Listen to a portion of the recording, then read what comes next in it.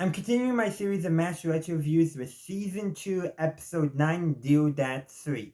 So this is the third time we get Hawkeye writing back to his father, describing what's going on in the camp, and this time he's explaining the mundane, the stuff they're doing with the boat. So, in fact, there's some pretty fun stuff going on, like, parties, volleyball games in the background, home movies. Yeah, Henry gets some home movies of his daughter's birthday party, and it ends with them holding up signs saying that they miss him. So sweet, and Hawkeye literally says, "If you don't get the order to cry, Henry, I will."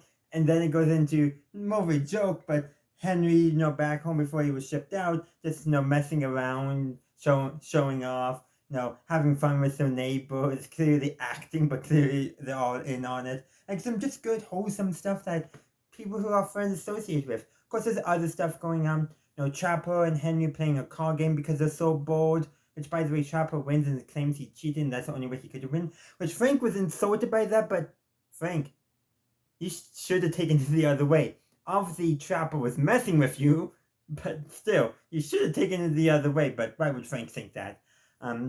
There's no more on the darker element, but having to remove a unexploded grenade from a soldier. Just a bunch of stuff that they do commonly going on.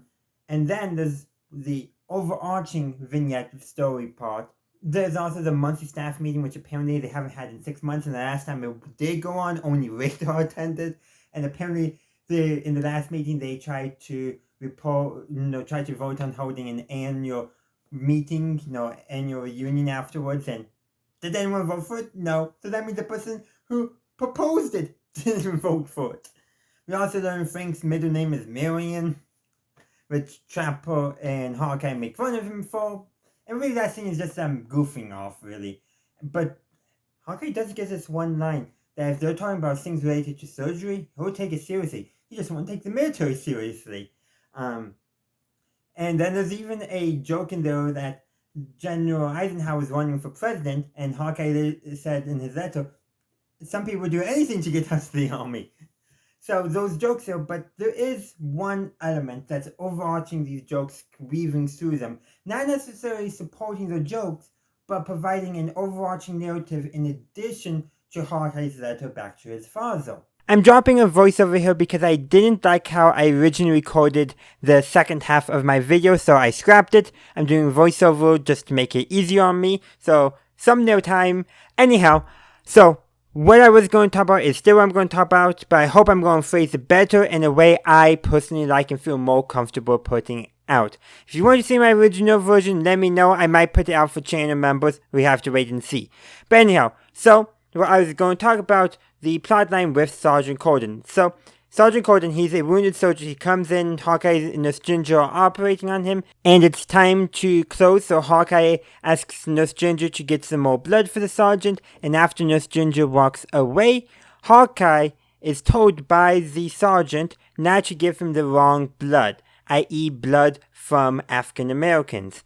Now, the sergeant uses a racial slur. I'm not going to repeat it because I do not want to repeat any slurs. Even though it's not what's considered the most offensive one, all racial slurs are still offensive.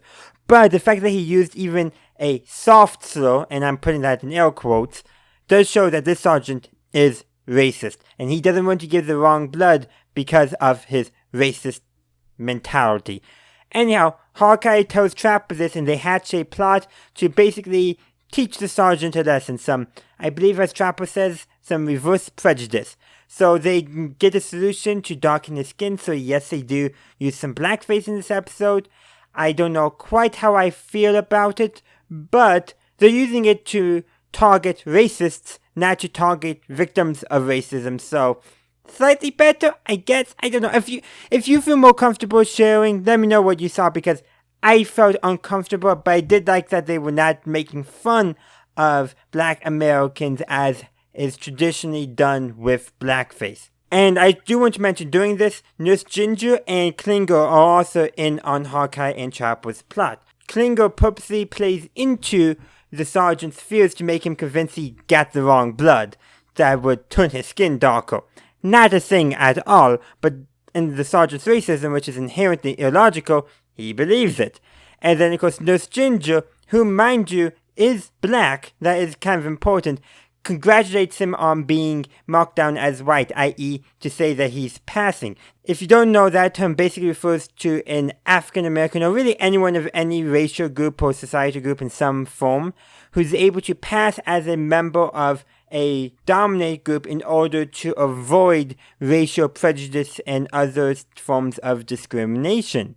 And the point being is trying to get a sergeant to realize he's in the wrong for his opinions. Granted, he freaks out and all that, and this Ginger, who's also a lieutenant, so Lieutenant Ginger, shuts him down, pulling rank. This is going to be important later on. There comes another scene where Hawkeye brings in the sergeant's meal. Now, this is a stereotypical meal.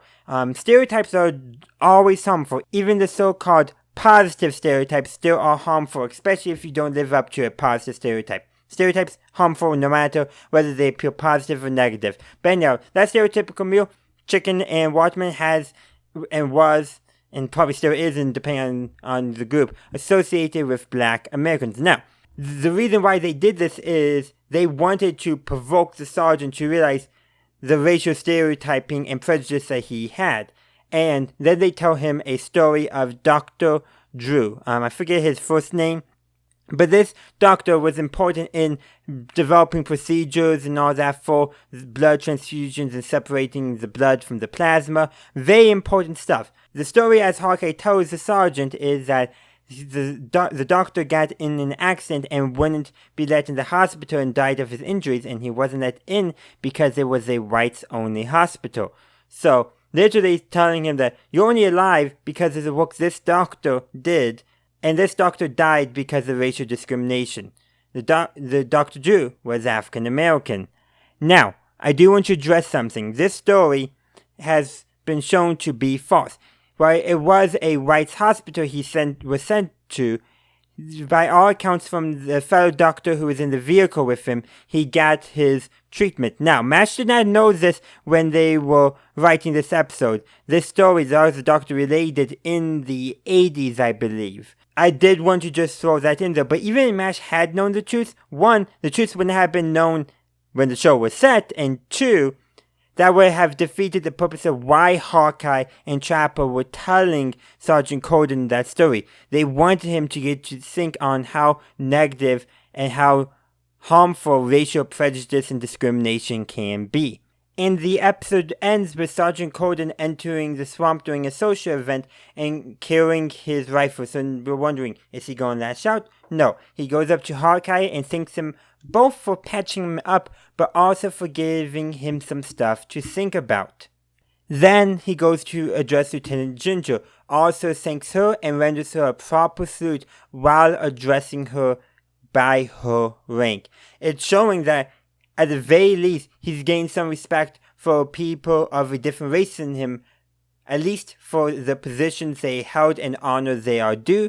Hopefully that will extend beyond, so hopefully he'll treat a private who happens to be African American with the same respect that he showed Lieutenant Ginger, but it's a step in the right direction for a guy who had racial prejudice.